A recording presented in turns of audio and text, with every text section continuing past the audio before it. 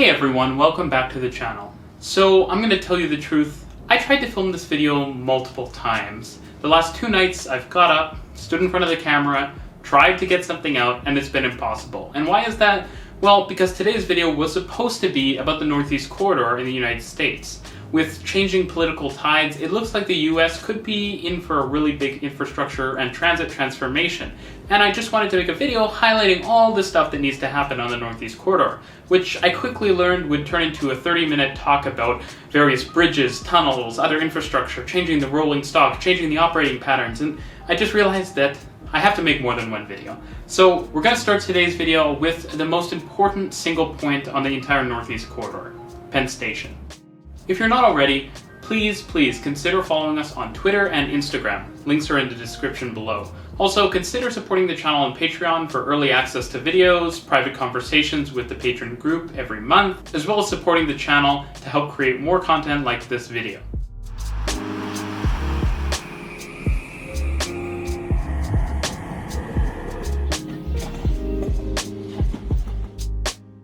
So, what is Penn Station?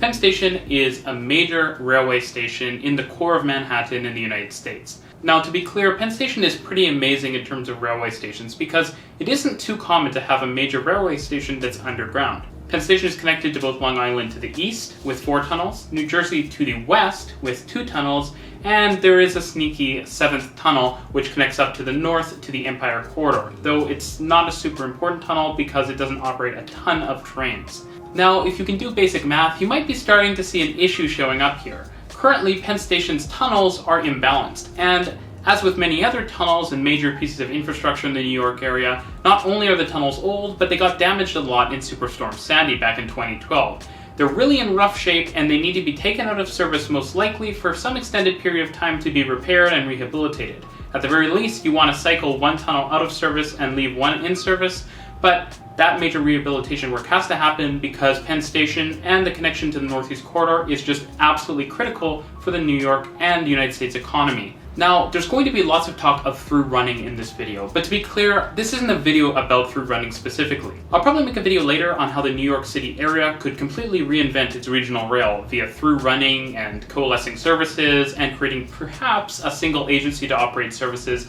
through that central section RER style operation. But for now, I'm just going to be talking about the Penn Station infrastructure itself, and I'll bring up through running when it's relevant. To give you a sense of what currently operates in Penn Station, we have a mix of commuter and regional trains operated by New Jersey Transit, NJT, and the Long Island Railroad, LIRR. You also have intercity services operated by Amtrak. So a lot of different agencies are at play when you're talking about Penn Station. Now honestly, the layout of Penn Station and the quality of the station itself is pretty questionable. Of course, famously, the original Penn Station, which was considered kind of one of the great railroad terminals of the world, was demolished and replaced with Madison Square Gardens, which is not even one of the nicest arenas in the world. It's quite disappointing. Bad decision. Definitely don't do that in the future, other cities. Now, what is awesome is that recently the Manhattan Train Hall opened, as many people probably know. The Manhattan Train Hall basically takes a nice old postal office building and turns it into a very nice train hall that serves Amtrak and Long Island Railroad customers. Now, while this project is absolutely awesome, and I'm a big proponent of nicer stations and better amenities, at the end of the day, the problem is really below ground, and this project doesn't do anything to fix that. Now, as I mentioned before, the tunnel situation is a big problem. Of course, not only just the imbalance, but the fact that tunnels need to be taken out of service for maintenance. So clearly what needs to happen is new additional tunnels need to be added to New Jersey at the minimum. So of course what needs to happen is we need to add additional tunnels to the Northeast Corridor traveling west into New Jersey. Now, these new tunnels and some of the rearrangements going on at Penn Station are the largest component of the Gateway Project, which is kind of a program of the greatest hits that Amtrak has on their list of projects to do for the Northeast Corridor. We're talking major tunnels, bridges, and projects like that. Now, to be fair, while I am going to harp on the plans a bit, I will say that the current plans are an improvement over old plans. Now, why is that? The old plan suggested having 2 new tunnels attached to a new sort of south concourse of Penn Station, which would be, again, located directly to the south of Penn Station. Now, a few other interesting things to note about that south concourse. It's going to be a really beautiful space, and that is another major benefit of building a new concourse, and was a major benefit of the Manhattan Train Hall. Existing Penn Station is not great. Just imagine the New York City subway's typical station, but in an intercity rail format. You know, you've got these really low ceilings, it's kind of dark and dingy, it's not great. So the new concourse has got a lot of glass, it's wide open spaces, it just feels very nice and modern, especially in the center of Manhattan. The problem that existed with that plan is that these tracks were going to terminate in that south concourse and they were not going to connect to the rest of Penn Station. The problem with that is you cannot through operate service. If you know anything about the dynamics of the railways, you'll know that terminal stations are just less efficient. By building those new Hudson River tunnels into a terminating station, what you effectively create is a 2-track through station and then two 2-track terminal stations at Penn Station, which is obviously far less optimal than just having a 4-track through station. Fortunately, the current plan, which is still problematic in some ways, is much better because at least those additional Hudson River tunnels connect up to the platforms and tracks of the existing Penn Station. There is a large additional component, which is that South Concourse. Now, perhaps the South Concourse component is necessary from a passenger and train capacity standpoint if you're taking out of service those existing Hudson River tunnels. To be honest, I'm really not qualified to answer that, as it's more of a construction engineering question. At the end of the day, though, that South Concourse is probably not going to be of much use if New York eventually moves to the most optimal way of using the Penn Station infrastructure. To some degree, it's probably also unavoidable to build it because the next thing I'm going to talk about will require shutting down large parts of Penn Station. Not to mention the fact that certain tracks and platforms would probably have to be shut down anyways to do rehabilitation on the Hudson River tunnels. Really fundamentally, the most important change that could be done to Penn Station is a reorganization of the tracks and platforms in the central section. And that's because we want to enable through running. Now, how would you do this? To operate an RER style service where you through run basically all trains and you have high frequencies through Penn Station, a few things have to happen. You have to reduce the number of tracks and the number of platforms while making the platforms much larger. This is because the platforms currently are very narrow, akin to Union Station in Toronto. They just don't have the capacity to handle massive volumes of people moving both on and off of trains in a sort of rapid transit style fashion. If you're wondering what the sort of rough layout I could imagine Penn Station being rearranged in the future, something like this probably makes sense.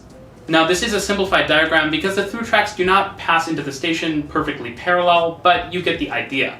You would have large platforms which service each of those through tracks, and then to the south and north of the through tracks you would have platforms for Amtrak services. Because intercity trains need to wait longer and people have luggage and you're operating on a schedule, you're probably going to need some dedicated platforms for those trains. So what I suggest is having tracks break off right at the entrances to the tunnels and then travel to separate platforms which serve Amtrak.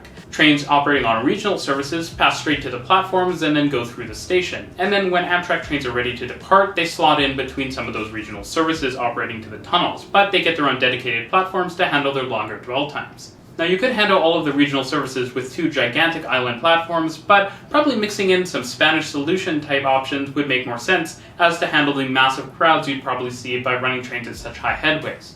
A station like Châtelet-Les Halles in Paris would make a great model, though you would probably actually want to go a little bit larger as there's more tracks in Penn Station than at that location. Of course, the other benefit of the South Concourse is the ability to take some trains out of the main concourses of Penn Station so that those can be rebuilt and reimagined, and hopefully Madison Square Garden can kind of shoo, and we can build some dramatic rail terminal that kind of hopes to replace the original Penn Station. Now, as I mentioned before, I am going to get into a video about full through running, but this reimagining of Penn Station would not only massively increase its capacity, but it would best use the existing infrastructure. Now, to be fair, there are a few more elements that I'd like to address. First of all, for the Empire connection, you could have a little bit of dedicated space for those trains separate from the RER-style regional trains and Amtrak trains that operate through the station. For the South Concourse, you do have a bit of a problem. That's because as you start through running trains, there's a certain limit, and the South Concourse and other terminating infrastructure's usefulness kind of limits to 0. So as you do better and better through running and better optimize those existing tunnels, there's less and less opportunity to use those legacy pieces of infrastructure in your service. Of course, though, fortunately, New York has very valuable land, so if the South Concourse ever needed to be removed, you could sell it at a pretty penny, though it seems like a weird thing to be doing. I should also mention that by through operating trains, a number of yards that are quite close to the central core of New York could probably be replaced with services farther out that would be much less expensive.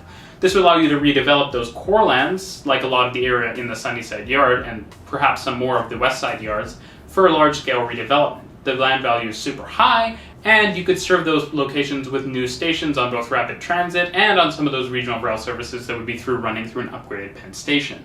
To be fair, these are just my thoughts. Penn Station is one of the most important railway stations in the world, so a plan needs to be really well thought out. And I kind of question whether the current one is really truly the best plan. Anyways though, thanks for watching the video. I'll see you in the next one.